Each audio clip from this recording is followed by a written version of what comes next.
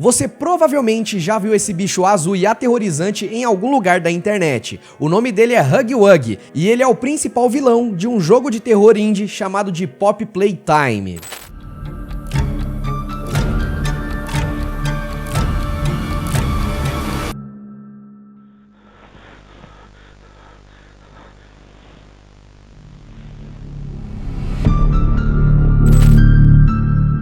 E aí players, tudo beleza? Eu sou o Fiaspo e seguinte, esse game ele foi lançado agora em outubro e já tem uma legião de fãs. E como a história dele é muito curiosa, no vídeo de hoje eu quero contar pra vocês a história completa do primeiro capítulo desse jogo. E se vocês gostarem bastante, a gente pode trazer a história de todos os capítulos que forem lançando. Então, chega fortalecendo esse vídeo aqui, deixa o like, inscreva-se no canal pra você ver as continuações que forem sair e bora pra história.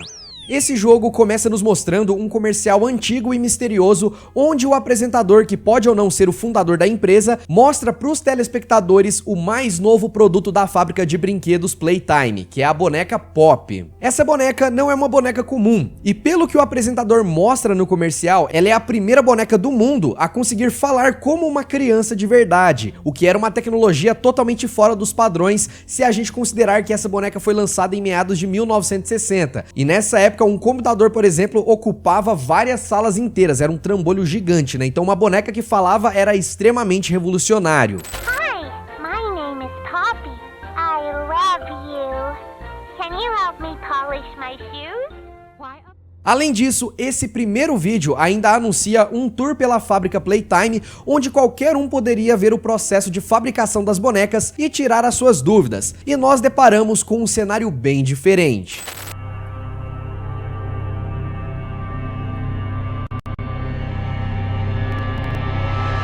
Dessa vez, o jogador encarna no personagem de um ex-empregado da Playtime, que recebeu um pacote com uma fita VHS com um vídeo que nós assistimos anteriormente, e uma carta com as seguintes palavras. Abre aspas. Todo mundo pensa que a equipe desapareceu há 10 anos atrás, mas nós ainda estamos aqui, encontre a flor, e fecha aspas. É uma carta bem misteriosa, e não dá pra ter certeza sobre o que é essa tal de flor. Aliás, também não tem como a gente dizer com certeza em que ano que esse jogo se passa, mas provavelmente é entre os anos de 1994 aos anos 2000, por motivos que a gente vai ver mais pra frente e vocês vão entender. O importante aqui é que você, o protagonista sem nome até então, recebeu essa carta e decidiu investigar as antigas instalações da empresa, na esperança de ajudar aquelas pessoas que desapareceram há 10 anos atrás. Chegando lá, a primeira coisa que o nosso protagonista encontra no know-how de entrada é uma fita VHS do diretor de segurança e inovação da empresa, um cara chamado de Leite Pierre, e nessa fita ele conta que o prédio tem vários dispositivos de segurança bem avançados, como armadilhas e detectores de movimento, o que é estranho para uma fábrica de brinquedo, não é verdade? Depois de ver essa fita, o protagonista começa a explorar melhor as instalações, que estão cheias de cartazes velhos e brinquedos quebrados espalhados por aí. Mas o que chama a atenção do personagem é a ferramenta que chama de Grab Pack,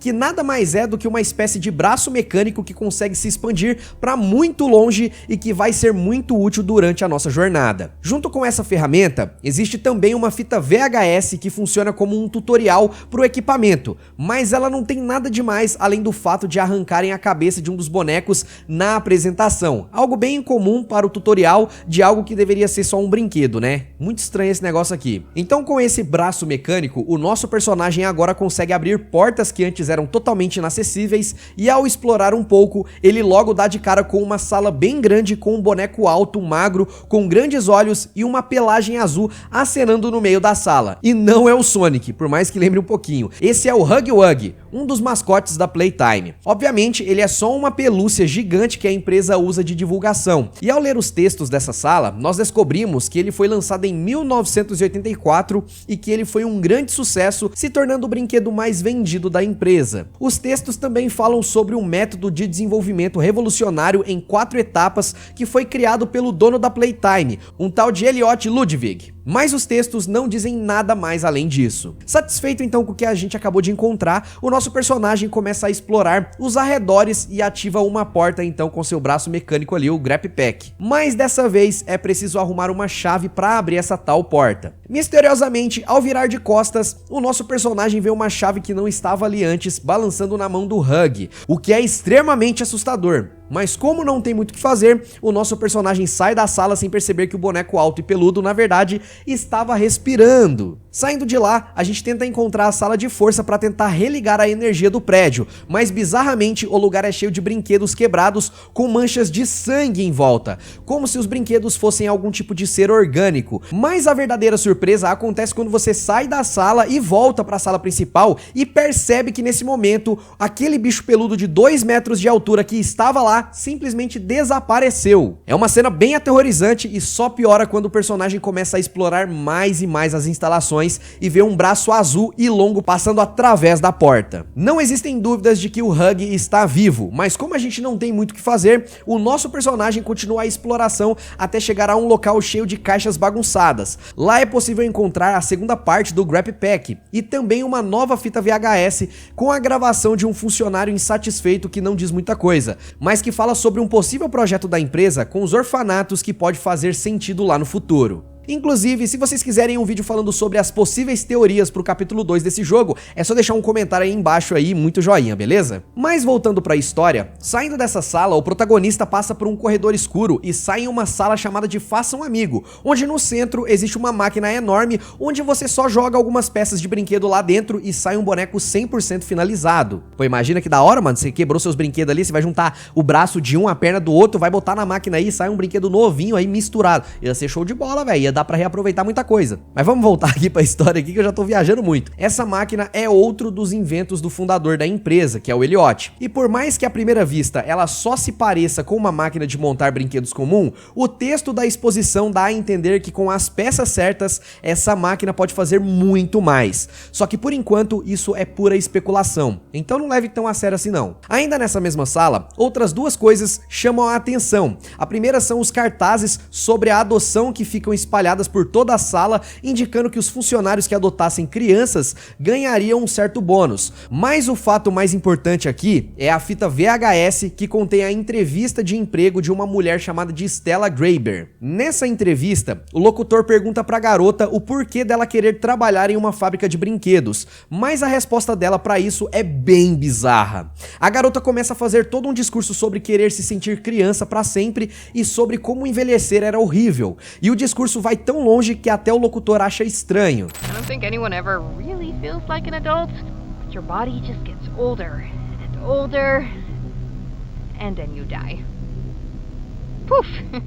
Deixando agora a fita de lado, o nosso personagem religa a energia da sala e coloca a máquina para funcionar, criando um brinquedo simples no processo. O problema é que quando ele se dirige para a próxima sala, o aterrorizante Hug aparece e começa a te perseguir feito doido por um enorme labirinto de túneis. Essa é provavelmente a cena mais aterrorizante do jogo. E uma coisa que chama a atenção é que existem várias portas nos túneis que se abrem sozinhas, como se alguém estivesse nos ajudando. Mas essa perseguição maluca e frenética chega ao fim quando saímos do corredor e derrubamos o monstro em um abismo ao quebrarmos a passagem do lugar com uma caixa bem pesada.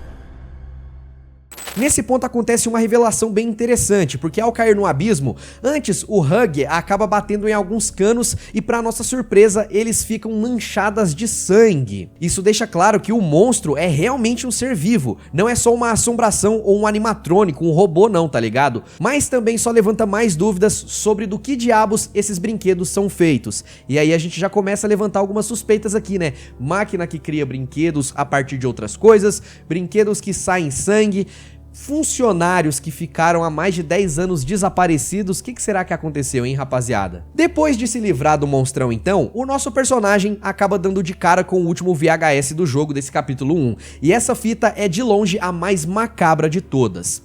Nela nós ouvimos um cientista em pânico falar sobre um experimento que deu muito errado, o qual ele chama de protótipo 1006. De acordo com ele, esse protótipo escapou por alguma brecha e causou o caos dentro da empresa, coisa que deve explicar os gritos que ouvimos no fundo da fita e as manchas de sangue que encontramos durante o jogo todo. I'm not worried about myself. One breakthrough and I'll be back. We must forge onwards in the name of science, whether those who are beneath us understand it or not. End of... Depois de ouvir essa fita, a gente finalmente encontra a flor, que foi descrita naquela carta lá no começo da história. Mas ao entrar no lugar, nós damos de cara com o interior de uma casa comum no estilo dos anos 60, o que é bem inesperado se a gente considerar que aquilo era uma fábrica de brinquedos. Mas as surpresas não param por aí, já que ao entrar mais a fundo na casa, nós encontramos uma Puppy Playtime dormindo dentro de uma caixa de vidro no maior estilo Annabelle, e ao abrirmos a caixa, a boneca acorda e diz a seguinte frase: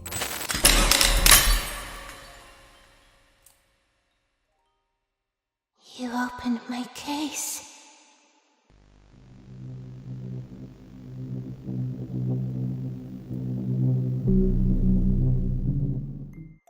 Infelizmente, é aí que o primeiro capítulo de Puppy Playtime acaba, deixando a gente até mais com curiosidade do que medo, não é verdade? Mas me conta aí, do que você acha que o Hug é feito? Será que a boneca é do bem ou do mal? Vai ajudar a gente no próximo capítulo?